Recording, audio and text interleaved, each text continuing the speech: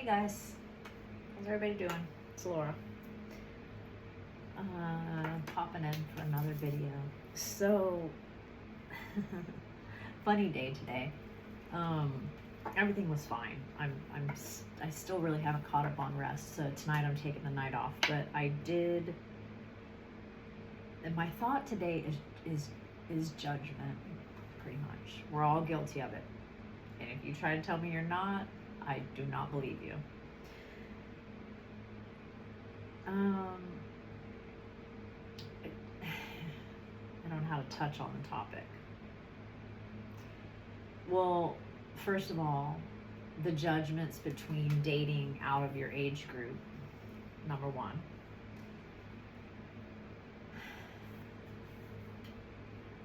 Which I have my own opinions on, and have for a very long time.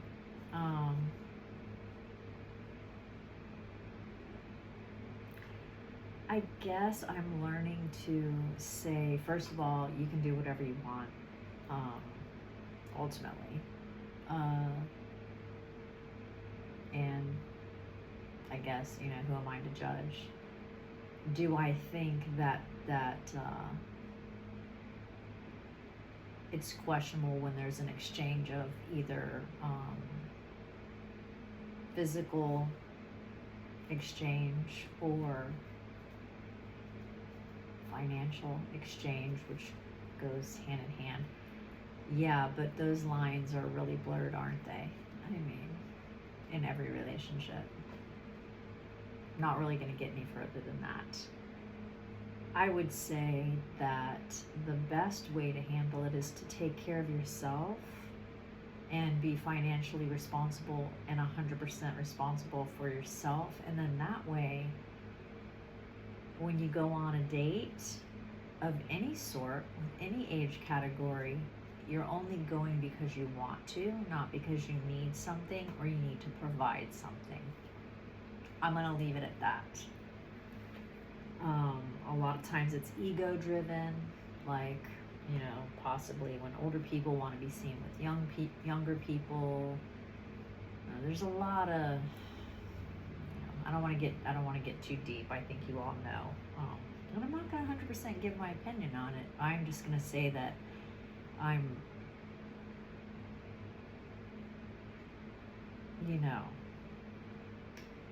So I met up with a much older person for none of that, okay? I would say it's just a friend. Now, keep in mind, I've worked in establishments where I've learned to deal with the opposite sex. So I'm pretty wise, and I know how to handle myself. But I know how things can appear, and I did feel like there was at least one person looking at me like they thought that something was going on romantically, and there's not, and there would never be, but it just goes to show you judgment. Now,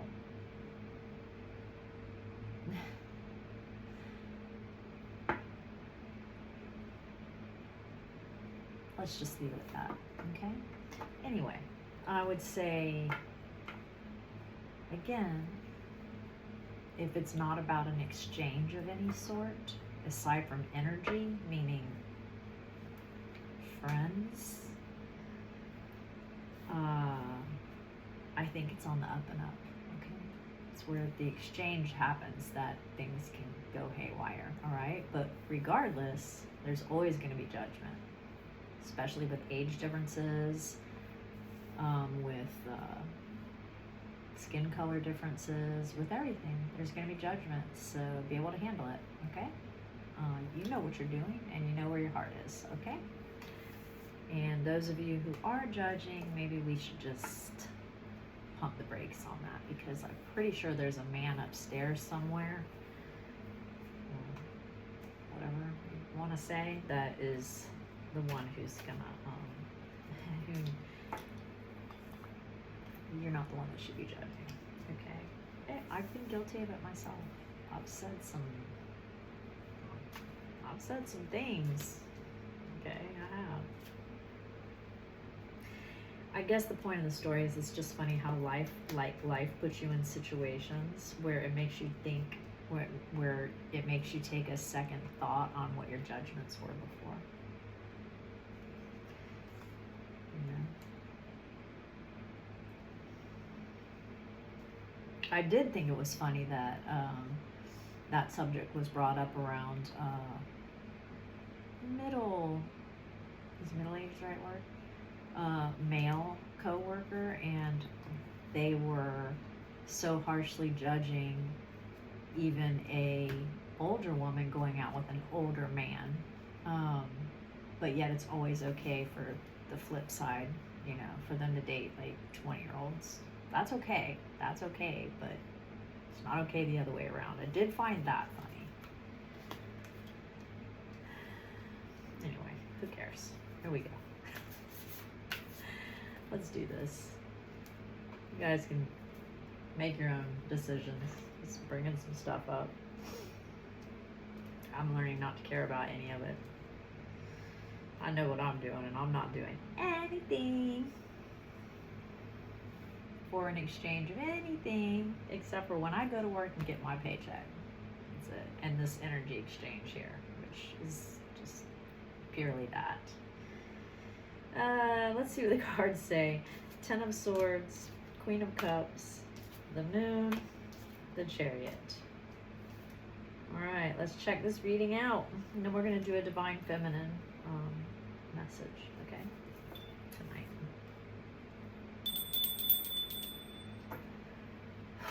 Let's start out clear. Alright, let's see what's up. Ten of Swords. Did I say my name's Laura? I'm not sure if I did tonight. I might have went straight into rant mode. Laura. This is Laura, Black and White Heart, Tarot and Adventure. Thanks for watching. As always, appreciate ya. The Ten of Swords can represent a feeling of loss due to the ending of a difficult situation. Yet, within this, we are released and ready for a new beginning, for life moves in cycles. It can warn about ruined plans or matters that don't materialize as hoped, leading to feelings of disappointment. But take comfort in the fact that perhaps they were just not meant to be. If this card appears in a future position, it acts as a warning. The outcome is now dependent upon the actions you take to. Okay, we're not doing that. Anyway, feeling of loss. Yet within it, you were released and you're ready for a new beginning. Okay, so ending so. I mean, in some ways, it's like the Death card or the Tower. Death, endings and beginnings. But it's Ten of Swords. Okay. I'll remember that because kind of is like the other one. Endings and beginnings. Alright. Queen of Cups. Queen of Cups is usually... it's emotions. I would say the Queen of Cups is almost like... I don't want to say the mom of the deck because I think that is not the Empress. Maybe it is the Queen of Cups. Anyways, it's usually female energy representing anything having to do with the emotional realm. Okay, but I will read it. Let's see, where's the Queen?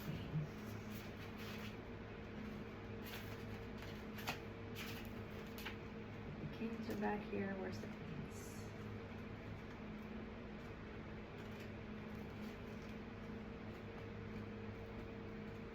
Where is the Queen?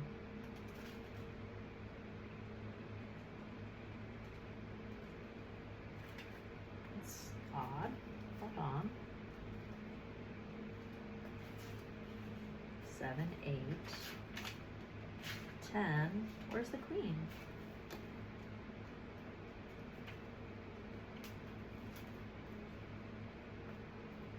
Oh, here we go. Queen of Wands. I'm sorry. Queen of Cups. Queen of Cups likes things to be aesthetically pleasing. Her home and her clothes and accessories all carry some small, fancy little detail that sets them apart. However understated, you will find telltale signs of this everywhere you look. Her pen, her diary, items on her desk, and so on. Her home and clothing show taste and a touch of artistic flair, no matter what her budget. And her home is a place that reflects this sense of harmony. She's the one who notices when someone doesn't appear themselves. She's very sensitive to others' feelings. She wouldn't force herself upon others. She tends to be restrained in her nature, but if she's a good friend of yours, she will spend hours listening to your problems. Queen of Emotions, basically. She's found in the helping, caring, healing professions, nursing, teaching, therapies, arts, interior design, fashion. Romantically, she can be hurt easily due to her sensitive nature, and as they get older and learn from these experiences, you may find they become quite protective of themselves. So, may appear difficult to fathom or seem aloof. But they're just protecting their sensitive core of their emotions. Gentle, kind,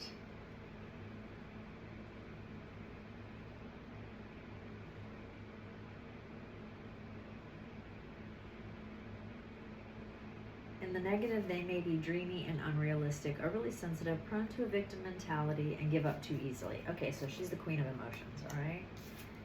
Beginnings and endings. Queen of Emotions. The Moon is also emotions. We'll get there. You know how I read these, and then I give you what I think, okay?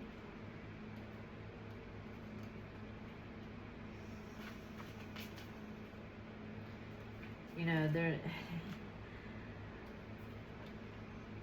I actually watched another reader's channel, because I do that, and man, there's just like sketchy weirdos everywhere. Somebody tried to WhatsApp me a number under their channel. I let her know, but it just goes to show you, like, there's just creepers. Like, just be careful of creepers is the message there, because it's just everywhere. I already know, because I know how this works. But I did let her know, and she's, you know, if you have a channel, those things happen. The Moon. So, by the way, on my channel, I would never try to, like, send you anything, like, through WhatsApp or anything like that. So, I guess, like with any other channel, even though I have a small amount of viewers, I would never try to reach out to you personally. I mean, if you want to make comments, I will respond to your comments if they're appropriate, but if they're not, I'll just block you. But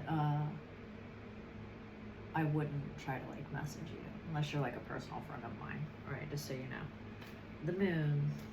Illusionary situations, possibly deception, feelings of uncertainty, high emotions, fluctuating, swinging back and forth.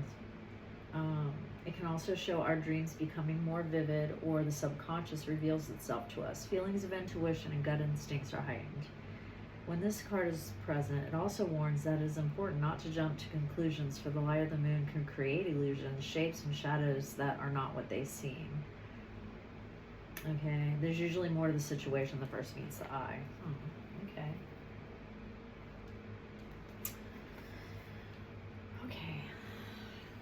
Let me sit with this for a second. So, you had 10 of Swords, which some people always say 10 swords in your back, but apparently the meaning is not just that. It is, yes, that did happen, but now you're moving, now you're gonna be okay. Like, there's a bright side to it, like endings and beginnings. So that happened, and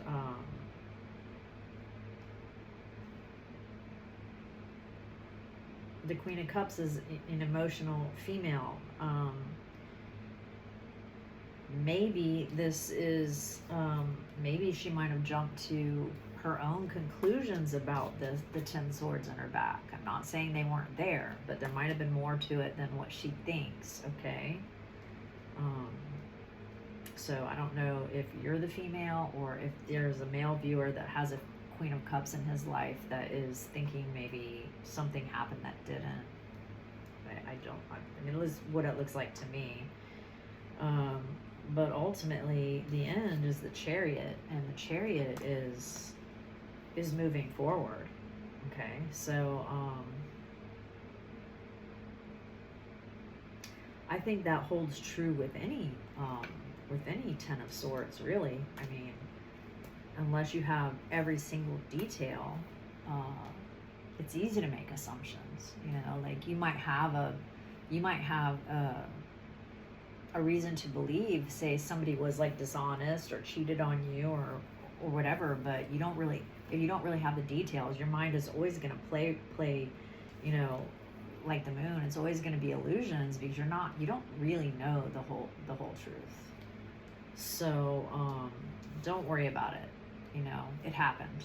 You got 10 swords in the back, okay? But guess what? You still have love. You're still the Queen of Cups. You still have love to offer and receive. You're going to be okay. The Chariot's coming in to move us forward, all right? Which is how all the messages have been.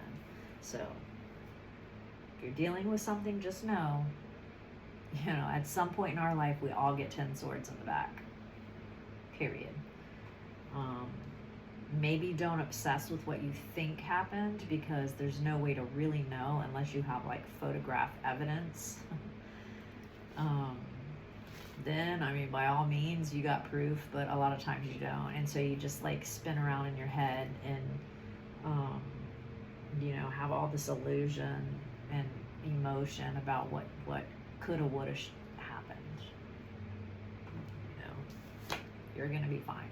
Chariot's moving you forward. Okay, so our divine feminine oracle message is, oh boy, they would give me this name. I can't even. Yeshi Sogayal, Lady of the Lotus Born. Embodiment is the deepest bliss. My body was made for enlightenment. You can look at the name because I'm not the greatest at pronouncing that. Okay, let's see what this message is to back it up.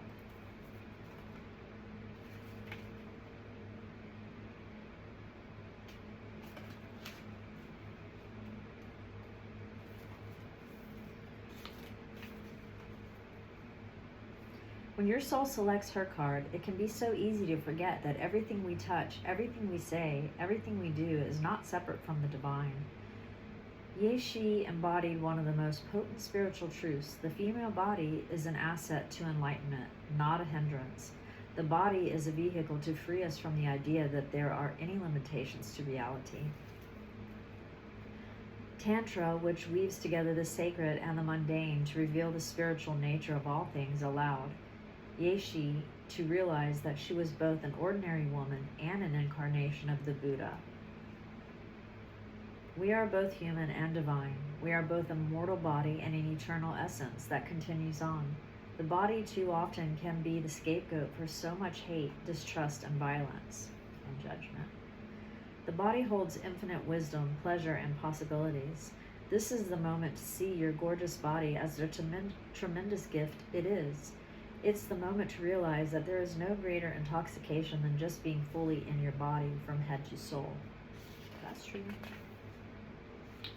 Yeshi is the call to remember the holiness of your flesh and deep wisdom your body contains, and the temple you walk around in every day. Soul voice meditation. What helps me remember that my body is sacred? Intention. Embodiment is the deepest bliss. My body was made for enlightenment. So I 100% agree.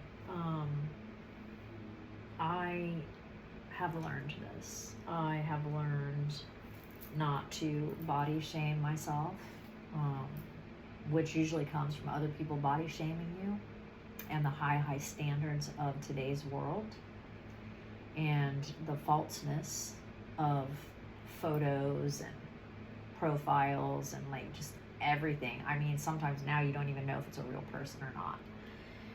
There is no way you can ever, first of all, you should never compete. You should never compete for anybody's attention. You should not compete with anybody for a lover.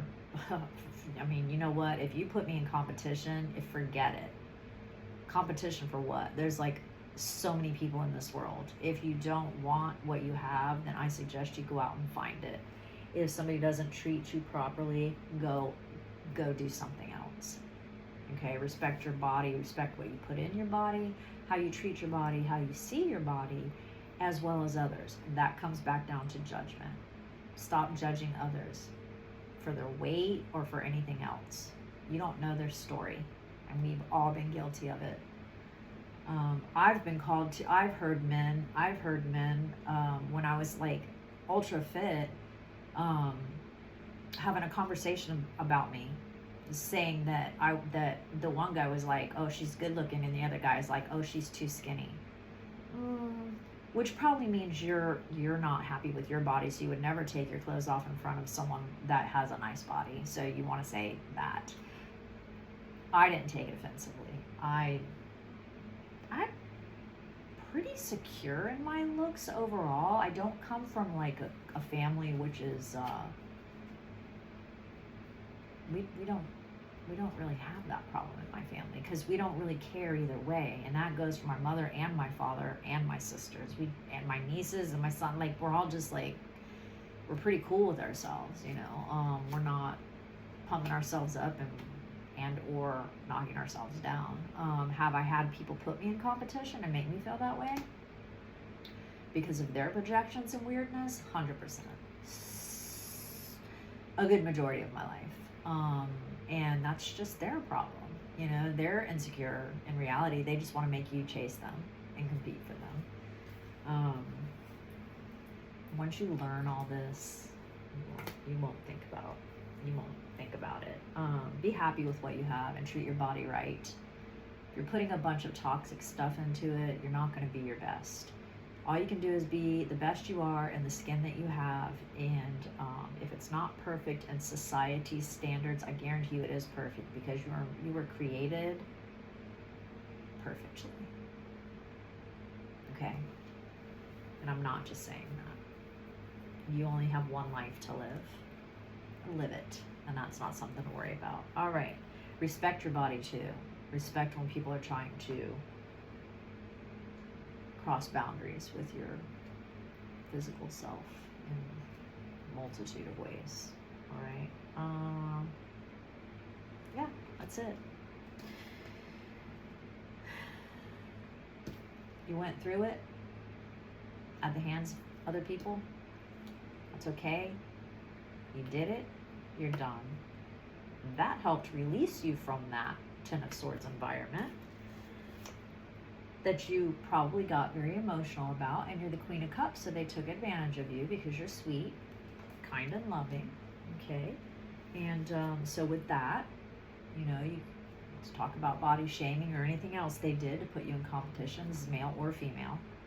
You made up all these thoughts in your mind which really have nothing to do with you and everything to do with them. Illusions, let's say. But no more. The Chariot is moving you forward. Okay? And your body is basically a temple. Treat it as such. Okay? All right. I'm getting out of here. I'm over time, and I'm going to relax. Okay? Worked all day and done this, that, and the other. All right. So have a good night. Thanks for watching. Hope you got something out of this. Keep your head up. You're great. You're wonderful. You're fabulous. And I'm not just blowing you up like some people do. And I'm not love bombing you. I mean that. Learn to love how you were created. Okay? All right. And find people that love you too. All right. Love you guys. Bye.